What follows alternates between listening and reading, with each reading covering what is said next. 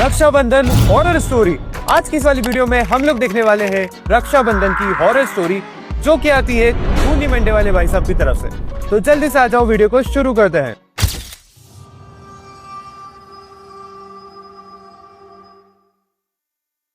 शापित रक्षाबंधन। ओ, Rakshabandhan intro की काफी अच्छा फेस्टिवल है। की इंडियन कल्चर में बहुत मान्यता है। भाई कितना प्यारा एनिमेशन होता है यार इन लोगों का। मतलब जब भी मैं देखता हूँ, 2 ही वीडियो बनाई हम लोगों ने, बट कितना क्लियर क्वालिटी के साथ एनिमेशन बनाते हैं यार। पर क्या हो अगर इस फेस्टिवल को मनाने से लोग डरते हो? हैं? क्या हो भाई अगर इसको मनाने से कौन डर रहा है? भाई डर सकते हैं, कॉज पैसे वैसे खर्च हो जाते हैं बहन उनके। के अपने भाई को राखी बांधने से कुछ अनर्थ हो सकता हो तो? नहीं यार, ये कहानी डोंट यार, रक्षाबंधन से इतना कुछ भी हो रहा है यार। उत्तर प्रदेश के जगतपूर्वा विलेज की है। पिछले 100 सालों से किसी ने भी रक्षाबंधन का त्योहार नहीं मनाया है। ऐसा माना जाता है कि जब भी इस गांव में कोई बहन अपने भाई की कलाई पर राखी बांधती है, उसके भाई के साथ कुछ बहुत ही भयानक हो जाता है। ओह शिट भाई। पर यह बात कॉलेज में पढ़ रहे कपूर फैमिली के बच्चे नहीं जानते थे। कपूर फैमिली यानी रणवीर कपूर, ऋषि कपूर। जोकिंग है उसके भाई के साथ कुछ बहुत ही भयानक हो जाता है। पर यह बात कॉलेज में पढ़ रहे कपूर फैमिली के बच्चे नहीं जानते थे। ओके, उन चारों कपूर भाई फैमिली अपनी बहनों ने मेन कैरेक्टर होने वाली पहाड़ों है। में जाकर रक्षाबंधन की छुट्टियां मनाने का प्लान बनाया था। रक्षाबंधन की 2-3 छुट्टियां होती हैं यार, अब उसमें तुम पहाड़ जा रहे हो तो एक आध दिन तो आने जाने में लग जाएंगे।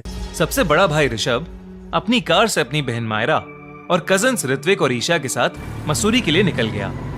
ओह, पैसेंजर सीट पर बैठी मायरा रास्ता देख रही थी और कार में सब म्यूजिक एंजॉय कर रहे थे। तभी मायरा को अपने किसी दोस्त का कॉल आया और वो कॉल पर बातें करने लगी। कुछ दूर जाने के बाद ऋषभ ने रियलाइज किया कि उसने शायद कोई एग्जिट मिस कर दिया है और फोन पर बातें करती हुई मायरा को होश ही नहीं था। भाई स्पीकर पे भी तो कर सकती थी यार फोन, या फिर शायद कोई और कॉल, या फिर कोई और भी कॉल सकता था यार। मैं जरूरी थोड़ी वो बेचारी अकेले ही करेगी, अब उसको उसके दोस्त से भी बात करनी है। कि रास्ता देखने की जिम्मेदारी उसकी थी। ऋषभ ने गुस्से से मायरा से उसका फोन छीना और नेविगेशन ऐप देखने लगा। उन्होंने मसूरी जाने वाले एग्जिट को 17 किलोमीटर पहले ही मिस कर दिया था। 17 किलोमीटर से बात कर रही थी क्या ये? भाई ये कुछ ज्यादा नहीं हो गया यार? ऋषभ को गुस्से में देख मायरा ने फटाफट ऑल्टरनेटिव रास्ता चुन लिया। वो रास्ता उत्तर प्रदेश के अंदर से होकर निकल रहा था, पर अब कोई और ऑप्शन नहीं था, इसलिए ऋषभ को वही रास्ता फॉलो करना पड़ा। वो रास्ता कई गांव से होकर निकल रहा था। कच्ची सड़कों पर गाड़ी चलाना बहुत मुश्किल हो रहा था कि तभी एकदम से गाड़ी को बहुत जोर से एक झटका लगा। ऋषभ ने गाड़ी का टायर पंचर हो गया होगा। इतनी हॉरर स्टोरीज देख ली है ना मैंने, कि अब मेरा दिमाग पहले से प्रेडिक्ट कर देता है। कोशिश की पर गाड़ी आगे ही नहीं बढ़ रही थी। उसने बाहर निकलकर देखा तो गाड़ी sorry, I am really sorry. का टायर एक गहरे गड्ढे में फंस गया था। आसपास उन्हें दूर दूर तक कोई नहीं दिख रहा था, बस खाली खेत थे। ऋत्विक ईशा को लेकर मदद ढूंढने चला गया। सूरज डूबने में भाई ये चारों लोग मिलके भी उठा सकते थे, मतलब 3 उठाते और एक व्यक्ति आगे से रेस देता। ज्यादा समय नहीं था। ऋषभ को अब बहुत टेंशन होने लगी थी कि तभी उसने देखा कि सामने से ऋत्विक और ईशा आ रहे थे और उनके फाइनली इन लोगों को हेल्प मिल ही गई। साथ 4-5 लोग थे जो कि उस गांव में रहने वाले लग रहे थे। उन लोगों ने आते ही पीछे से धक्का मारकर गाड़ी को उस गड्ढे से बाहर निकाल दिया। ऋषभ और उसके भाई बहनों को चैन की सांस आई और वो उन गांव वालों को थैंक यू कह के वहां से निकलने लगे। तभी एक गांव वाले ने उन्हें रोक लिया और उन्हें बताया, क्यों भाई, क्या आप इसके भी पैसे वैसे लगने लग गए क्या? करीबन 70 किलोमीटर आगे तक एक कच्चा रास्ता था और उस रास्ते पर स्ट्रीट लाइट्स भी नहीं लगी थी। अंधेरे में वहां गाड़ी चलाना खतरे से खाली। नो वे भाई, रात में मत रुको यार। पहले तुम अनजान विलेज में कैसे रुक सकते हो, एंड विलेज, और तुम एक हॉरर स्टोरी के कैरेक्टर हो। नहीं था और इसलिए उन गांव वालों ने ऋषभ और उसके भाई बहनों को उन्हीं के गांव में रुकने के लिए कहा। ऋषभ को उन गांव वालों की बात सही लगी और वो उन्हीं के साथ गांव में रुक गए। पर ऋषभ नहीं जानता था कि ये गांव जगत पूर्वा गांव था। नहीं भाई, एंड वैसे तो एक रात की बात है ना, ये लोग छुट्टी मनाने निकले, मतलब काफी पहले निकले होंगे। अगले दिन रक्षाबंधन था।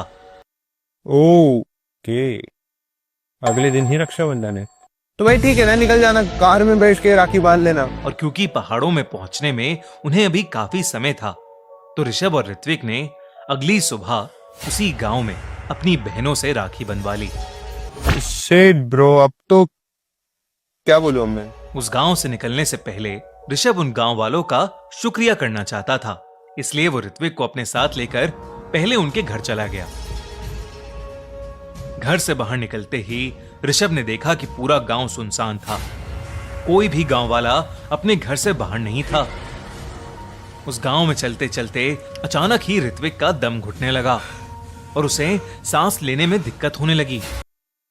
भाई किसी के घर पे जाके नॉक करके पूछ लो यार, जरूरी थोड़ी लोग बाहर ही बैठ के इनका इंतजार कर रहे होंगे। देखते ही देखते ऋत्विक का पूरा चेहरा लाल होने लगा था। ओह, ऋषभ को आई थिंक उसको डिहाइड्रेशन हो चुका है बहुत कुछ ज्यादा, समझ नहीं आ रहा था और उसने राखी बंधवा ली है। वो जोर जोर से चीख कर मदद मांगने लगा।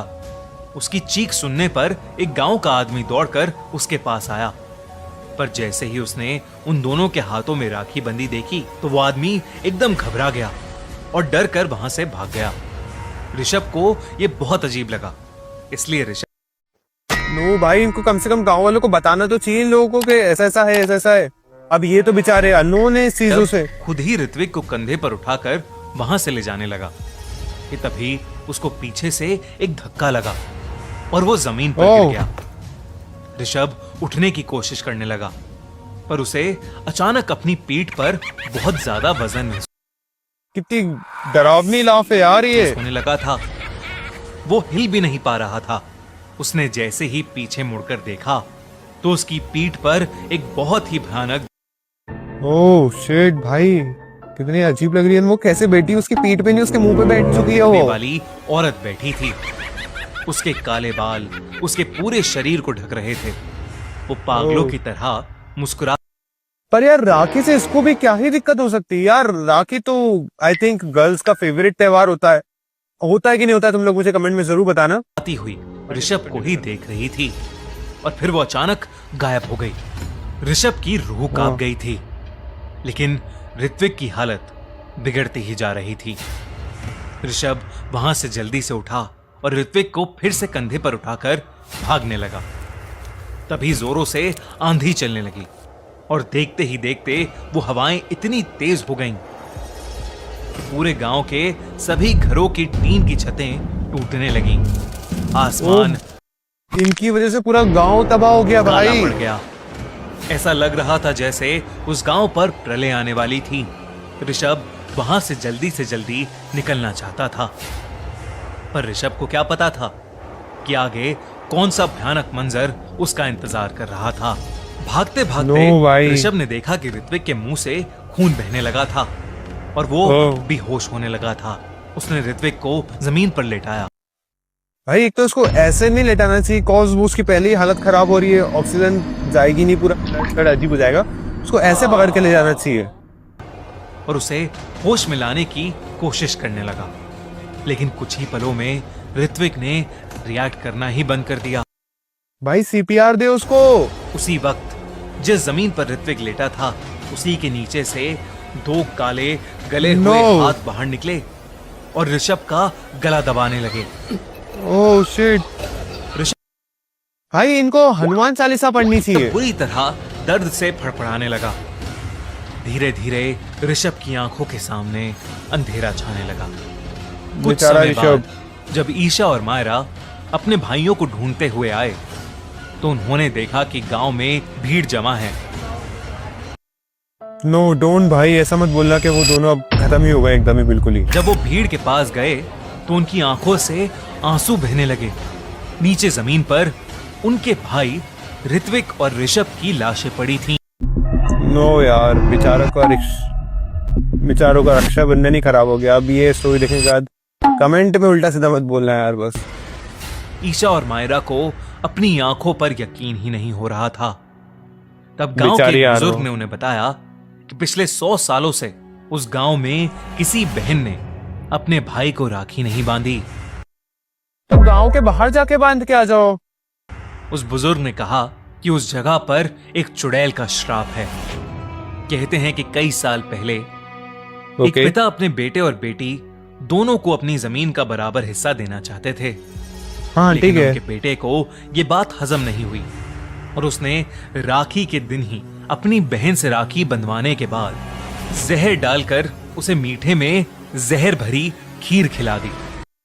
भाई कोई कितना खराब हो सकता है, उसने उसको राखी के दिन ही मार दिया यार। एक दिन रुक जाता कम से कम।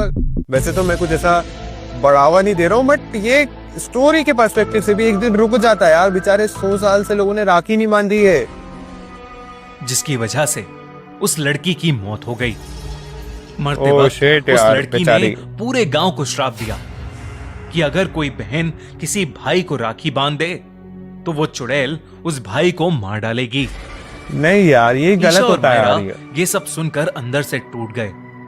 वो इस सदमे से कभी नहीं उभर पाए और आज भी वो अपने भाइयों को खोने के गम में अपनी जिंदगी बिता रहे हैं। और रही बात जगत पूर्वा गांव के लोगों की, तो वो आज भी रक्षाबंधन के दिन बस जिंदा रहने की आस रखते हैं। तो भाइयों, अपनी बहनों के साथ कभी गलत मत करना। पता नहीं कब किसी बहन का श्राप आपको लग जाए। नहीं भाई, ये तो लास्ट आउटरो हो जाता है, वार्निंग हो गई ये तो एक। टीम खूनी मंडे की तरफ से a very happy Raksha Bandhan. Okay, so मेरी तरफ से भी आप सभी को हैप्पी रक्षाबंधन। एंड अगर तुम लोगों को ये वीडियो अच्छी लगी तो इस वीडियो को जल्दी से जाकर लाइक कर देना। एंड चैनल पे नए हो तो चैनल को सब्सक्राइब करे बगैर बिल्कुल मत जाना। बट अगर तुम लोगों को मेरे वाले माइक की क्वालिटी पसंद आ रही है तो तुम लोगों के लिए मैंने लिंक लगा दी है डिस्क्रिप्शन में, तुम लोग अभी जाके चेकआउट कर सकते हो।